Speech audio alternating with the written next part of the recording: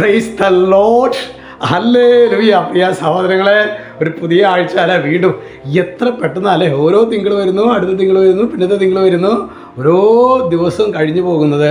പ്രിയ സഹോദരങ്ങളെ, അതായത് ജനിച്ചാൽ ഒരു സത്യമാണ്, മരണ ദിവസത്തിലേക്ക് നാം അടുത്തുകൊണ്ടിരിക്കുന്നു എന്നുള്ളത്. അത് ഭയപ്പെടാനല്ല, നമുക്ക് ഒളിമങ്ങാത്തൊരു കിരീടം നമ്മുടെ കർത്താവ് നമുക്കായിട്ട് ഒരുക്കിയിട്ടുണ്ട്. അപ്പം അത് നേടാനുള്ള ആഗ്രഹത്തോടെ വേണം പ്രിയ സഹോദരങ്ങളെ ഓരോ ദിവസവും ഒരു പുതിയ അഭിഷേകത്തിന് വേണ്ടി, ഒരു കാലഘട്ടത്തിന് അഭിഷേകത്തിന് വേണ്ടി പ്രാർത്ഥിക്കാനായിട്ട്. Praise the lord. ഹല്ലേലൂയ. പിന്നെ നോക്കിയേ, ഇന്ന് നമ്മളുടെ പ്രേക്ഷിതരുടെ കൂട്ടായ്മയാണ് കേട്ടോ. നമുക്കറിയാലോ, നമ്മുടെ പ്രേക്ഷിത മക്കളാണ് നമ്മുടെ ധ്യാന കേന്ദ്രത്തെ ചലിപ്പിക്കുന്നത്. അച്ഛൻ ഫ്രണ്ടിൽ നിൽക്കുന്നുണ്ടെങ്കിലും എൻ്റെ എല്ലാ കാര്യങ്ങളും ശരിക്കും നമ്മുടെ പ്രേക്ഷിത മക്കളാണ്. അപ്പോൾ ഇന്ന് അവർക്ക് രാവിലെ 9:30 തുടങ്ങി പ്രാർത്ഥന, ബലിയർപ്പണം, പിന്നെ ശരിക്കും അങ്ങനെയുള്ള കുറേ ശുശ്രൂഷകൾ അവർക്ക് വേണ്ടിയിട്ട്, കുടുംബത്തിൻ്റെ വിശുദ്ധീകരണത്തിന് വേണ്ടി, ദേശത്തിൻ്റെ വിശുദ്ധീകരണത്തിന് വേണ്ടിയൊക്കെ ഞങ്ങൾ ഒരുമിച്ച് പ്രേക്ഷിത മക്കൾ ഒരുമിച്ച് കൂടി പ്രാർത്ഥിക്കുന്ന ദിവസമാണ്.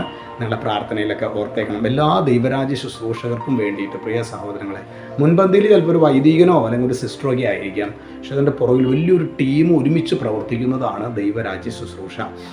ഇനി നമ്മൾ ധ്യാനിക്കുന്നത് പത്രോസ്ലീഹയുടെ 1-ാം ലേഖനം 3:9. അവിടെ വചനം പറയാണ്, തിന്മയ്ക്ക് തിന്മയോ നിന്ദനത്തിന് നിന്ദനമോ പകരം കൊടുക്കാതെ അനുഗ്രഹിക്കുവിൻ.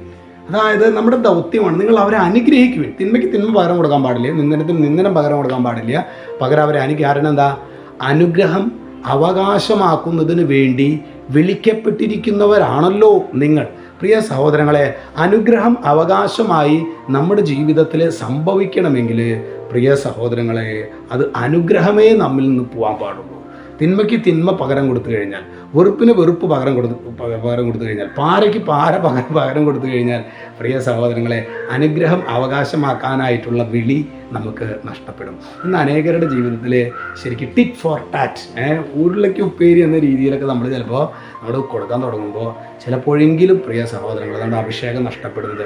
നമ്മുടെ സാംസനെ കുറിച്ചല്ല പറയുന്നത്. സാംസണിൽ നിന്ന് പരിശുദ്ധാത്മാവ് വിട്ടുപോയ കാര്യം അവന് മാത്രം അറിഞ്ഞില്ല, ബാക്കി എല്ലാവർക്കും അറിയാം, അവന് മാത്രം. നമ്മുടെ ജീവിതത്തിലും പ്രിയ സഹോദരങ്ങളെ, ഇങ്ങനെയുള്ള വെറുപ്പിൻ്റെ, വൈരാഗ്യത്തിൻ്റെ, ഭിന്നതയുടെ ഒക്കെ രൂപി വന്നു കഴിഞ്ഞാൽ നമ്മുടെ ജീവിതം കെട്ടുപോകുന്നുള്ള കാര്യത്തിൽ സംശയമില്ല. അനുഗ്രഹം അവകാശമാക്കാൻ വിളിക്കപ്പെട്ടവരാണല്ലോ നിങ്ങൾ. ഒരുപക്ഷെ അവരുടെ അറിവില്ലായ്മ മൂലം നമുക്കെതിരെ ചിലപ്പോൾ എന്തെങ്കിലുമൊക്കെ കാര്യങ്ങളൊക്കെ പറയുന്നുണ്ടാകുന്നേ, സാരമില്ല, കർത്താവെ അവരെ അനുഗ്രഹിക്കണമേ എന്ന് പ്രാർത്ഥിക്കുക. അപ്പോൾ ഇന്ന് തുടങ്ങിയൊരു അനുഗ്രഹത്തിൻ്റെ പ്രാർത്ഥന.